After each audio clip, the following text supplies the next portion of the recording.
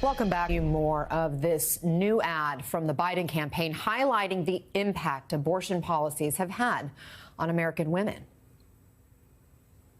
This is the outfit that she was gonna maybe wear home from the hospital. All of these. This is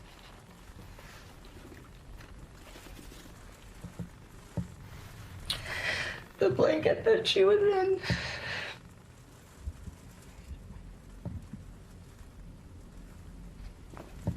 And these are her little footprints.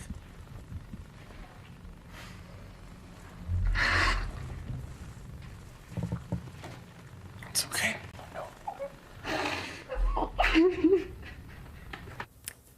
The woman in that ad is Amanda Zerwoski, who is joining us now. Amanda, thank you for taking the time. I'm so sorry for what you have been through. For those who aren't familiar with your story, can you just describe to us your experience and why abortion laws in Texas, where you're from, made your fertility experience much more difficult? Sure thing. Thank you so much for having me and for giving some space to this story. So in 2022, I was pregnant and just shy of 18 weeks. I was 2 days shy of 18 weeks. I experienced complications and found out that I was going to miscarry. Losing our daughter was inevitable because of the condition that I had developed.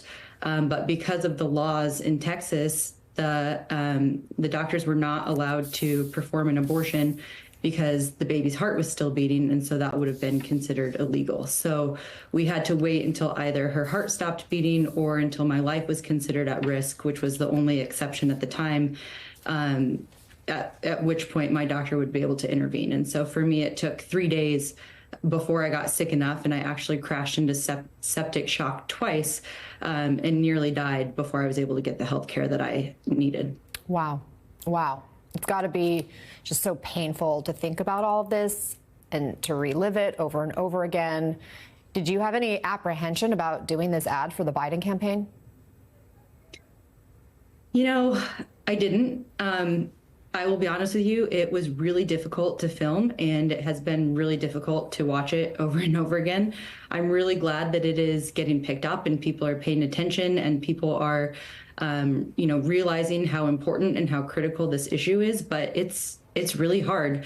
But I didn't question whether or not we should do it. I didn't have any reservations because this issue is critical. And this is the most important thing on my plate right now, is making sure that President Biden and Vice President Harris get reelected in November.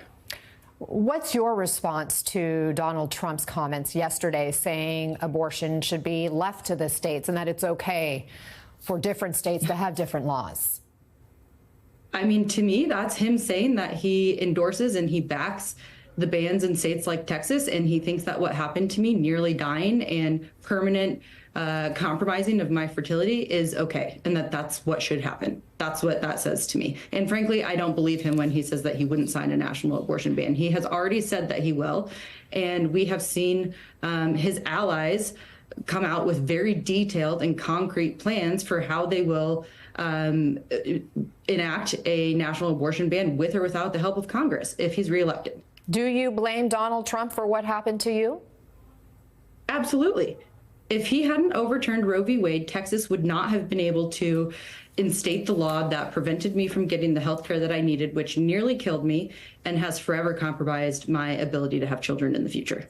There are those on the other side of the aisle and on the other side of this issue who believe that Trump actually isn't going far enough to protect the unborn, especially with his latest statement. They want to see a federal abortion ban. What do you say to them?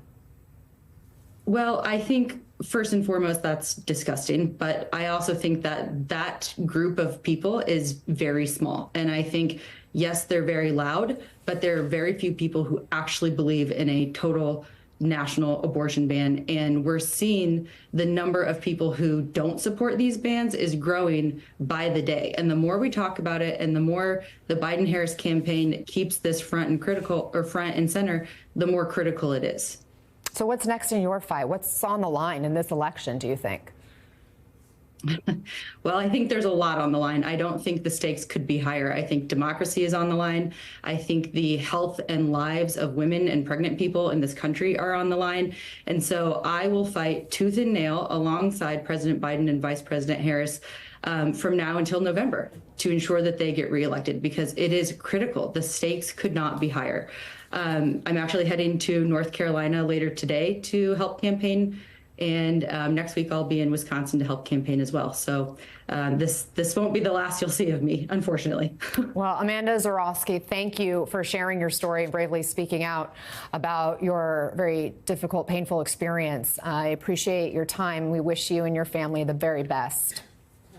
Thank you. Thanks so much for having me. Hey, everyone. MSNBC has a new and improved app. You'll get real-time alerts and analysis, live blogs, in-depth essays, video highlights, and the best 2024 election coverage. Download the new MSNBC app. Here's how to do it. You tap on the App Store on your phone. You hit search on the bottom right corner. You type in MSNBC. You click on the MSNBC app. You click on Get or the cloud icon and enjoy it.